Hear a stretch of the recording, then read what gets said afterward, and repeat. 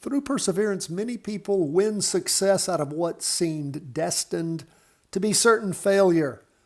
Benjamin Disraeli, my friends, each and every day, 10 to 15 minutes, that's all we ask. Persevere with us.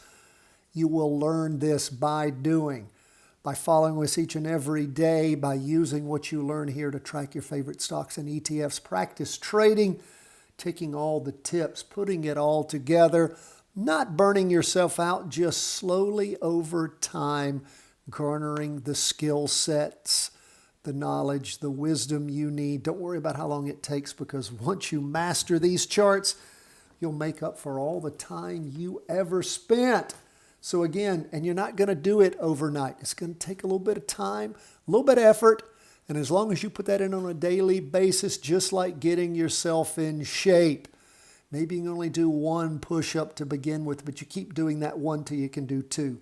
Then you can do three. Then you can do four. Then you can do, and then you're off to the races. But if you don't start, and if you don't stick with it, you don't grease that groove, you don't get the kind of results that you hope for. You cannot cram for this. This is more like farming than what you did in college or high school, where you cram for exams and may or may not have passed. No, you got to plant the seeds, water them, fertilize them, keep the weeds away, tend to them, and it'll all come to you in the end, my friends. Let's jump into these charts. We're going to start with the S&P 500. We see stocks are up. Everything else is down for the day. Not up a lot, 0.19%. What do we really take from this week? We take that we're 2 weeks now without average volume. We had a green spinning top last week after that big red down candle. Market's trying to recover. What are we waiting for? What may be the catalyst for this market to either bust or boom? I'm thinking maybe that Fed meeting coming up on the 10th and 11th next week. So we shall pay close attention to that, see if things take off. You can see there's a lot of activity in the morning as far as ranging up in price, but it looks like it cooled off in the afternoon, about average in the morning, average in the afternoon. So we will keep an eye on things. First day of the latest 2-day candle, we may make average volume on Monday, may not. So that's where we are with the S&P at the end of the week. The NASDAQ up a little more, 0.41%. You can see the same kind of ranging in the morning. We, of course, have a flat trend line. I'm hoping this week's Heikin-Ashi candlestick is going to start off a little higher. It may or may not. There may be a lot of fears by Monday that drive everything down and lead us to believe that on the Fed meeting dates, we may see some real pullback, but we may see things take off again with some exuberance going into a Santa Claus rally for the holiday. Don't know at this point. With the current price movement, it could lead you to believe that, yes, that may be where things are going. What about bonds? Bonds down for that 0.46%. Now, last week we had things pop up. That is the week beginning 24th of November. Then things rolled over. We have average volume.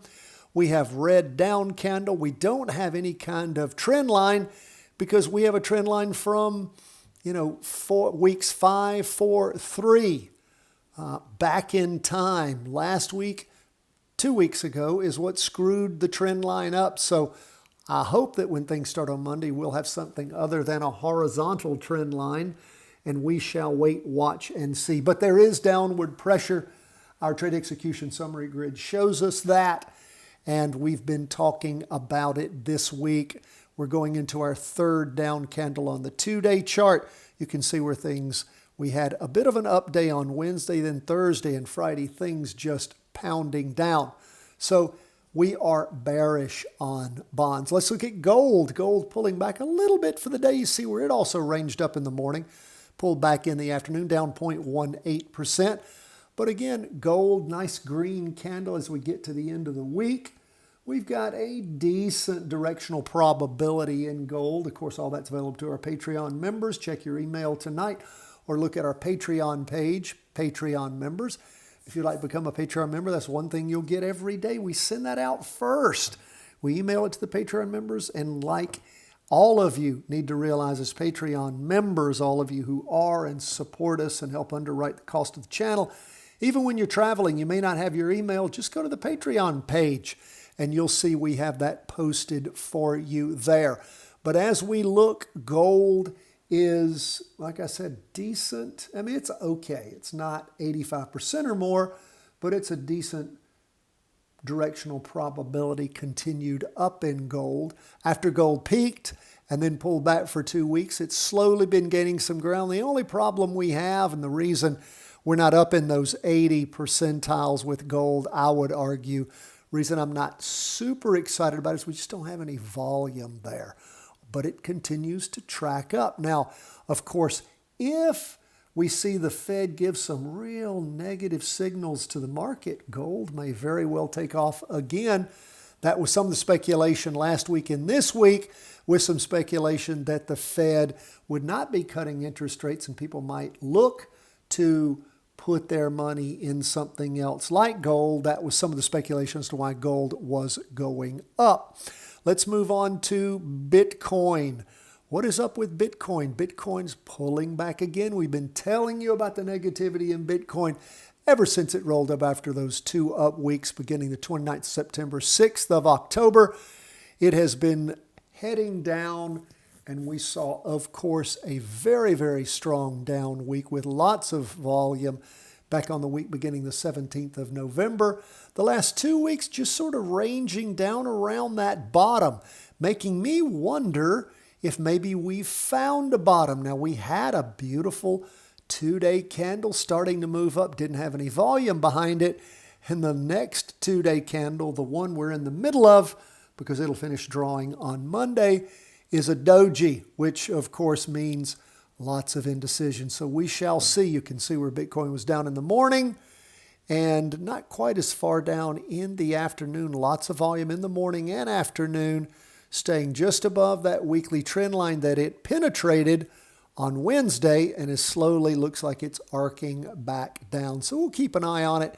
As we get into the new week, we're going to be paying a lot of attention to what the Fed's up to this next week. So we will be waiting, watching, seeing, ready to react. Thank you so much for being with us, my friends. We do appreciate the new Patreon members we have had in the last couple of 3 weeks. Thank you so much for your support. We hope that you're enjoying my latest book, Charting Your Way to Wealth. 3-Wave Trading Advantage. That was the first book I wrote. 3-Wave Trading Advantage is the latest book. Of course, you get that immediately when you become a Patreon member. And you, of course, get the weekly vertical crossovers on Thursday nights. That is S&P 500 stocks that are rotating from green to red to green on the weekly chart. That's our real key. We trade off the weekly chart. We like to see crossovers. That's where the real money is, jumping in there and riding the wave. That's what the 3-Wave Trading Advantage is all about. The 3 waves, the half day, the 195-minute chart, which is a real half-day chart, not 4 hours. The 2-day and the weekly, that is our short-term, medium-term, long-term. And that's the chart we're trading off of, the weekly. Thank you so much, my friends. God bless. All the best from the whole team at Charting Wealth, and Merry Christmas, one and all.